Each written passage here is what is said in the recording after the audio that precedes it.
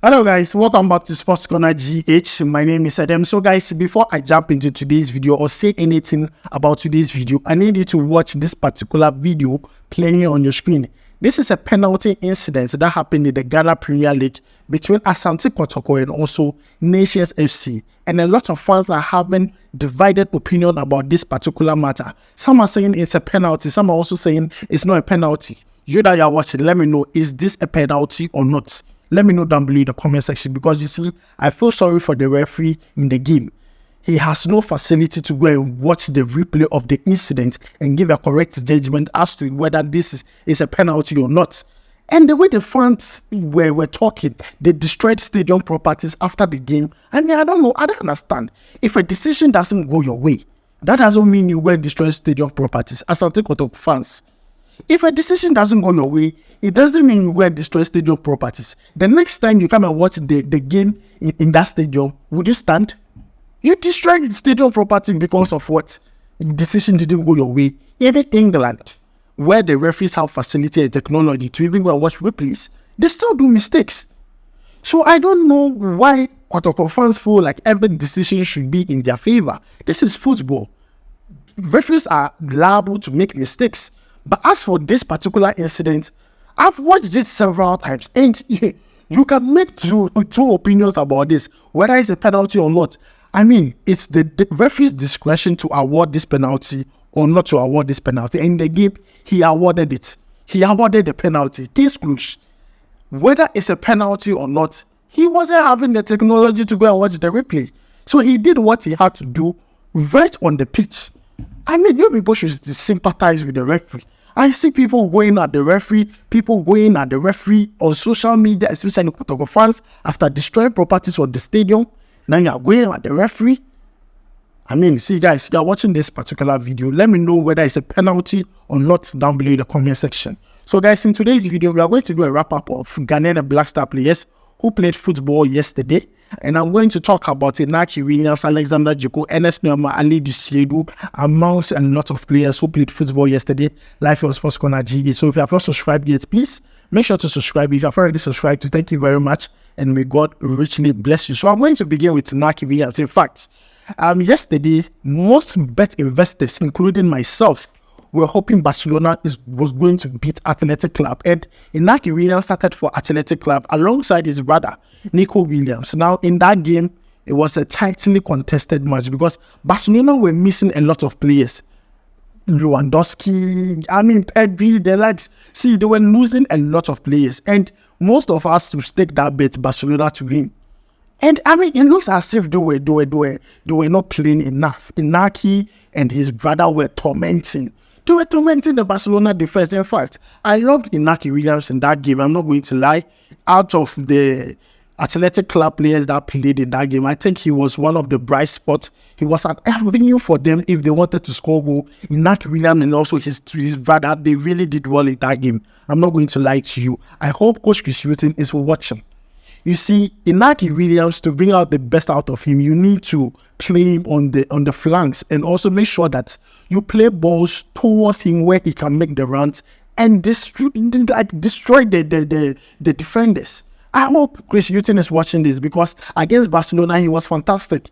Even though they didn't get the result, he was still fantastic in that game. That game ended 1-0 in favor of Barcelona. And we bet investors are happy.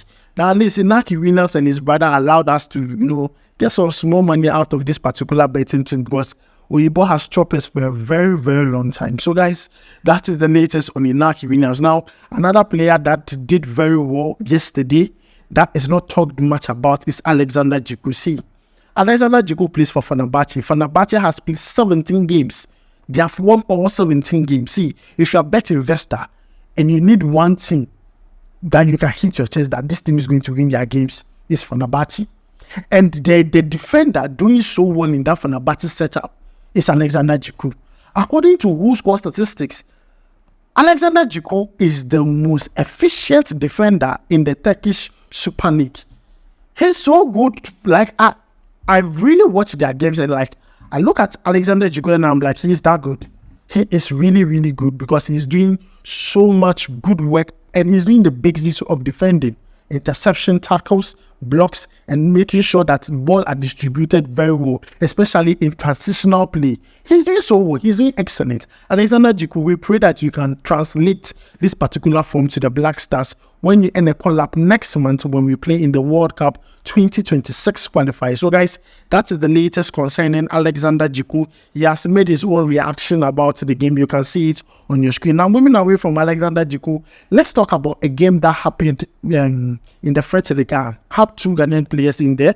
So it was Lyon versus Clermont Foot. Lyon lost that game by 2-1. Ernest Nuamah plays for Lyon. Alidu seidu plays for Clermont Foot. Both Black Star players came in the second half of the game.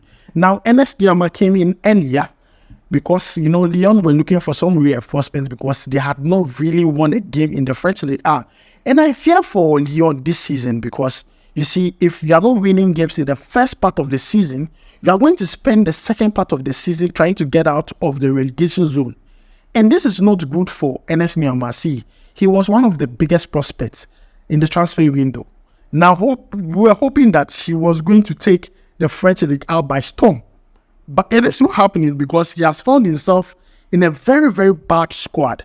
When I'm saying a bad squad, I mean a squad that just sold a lot of their good players to other clubs and they didn't replace them adequately. And they are now suffering the repercussions.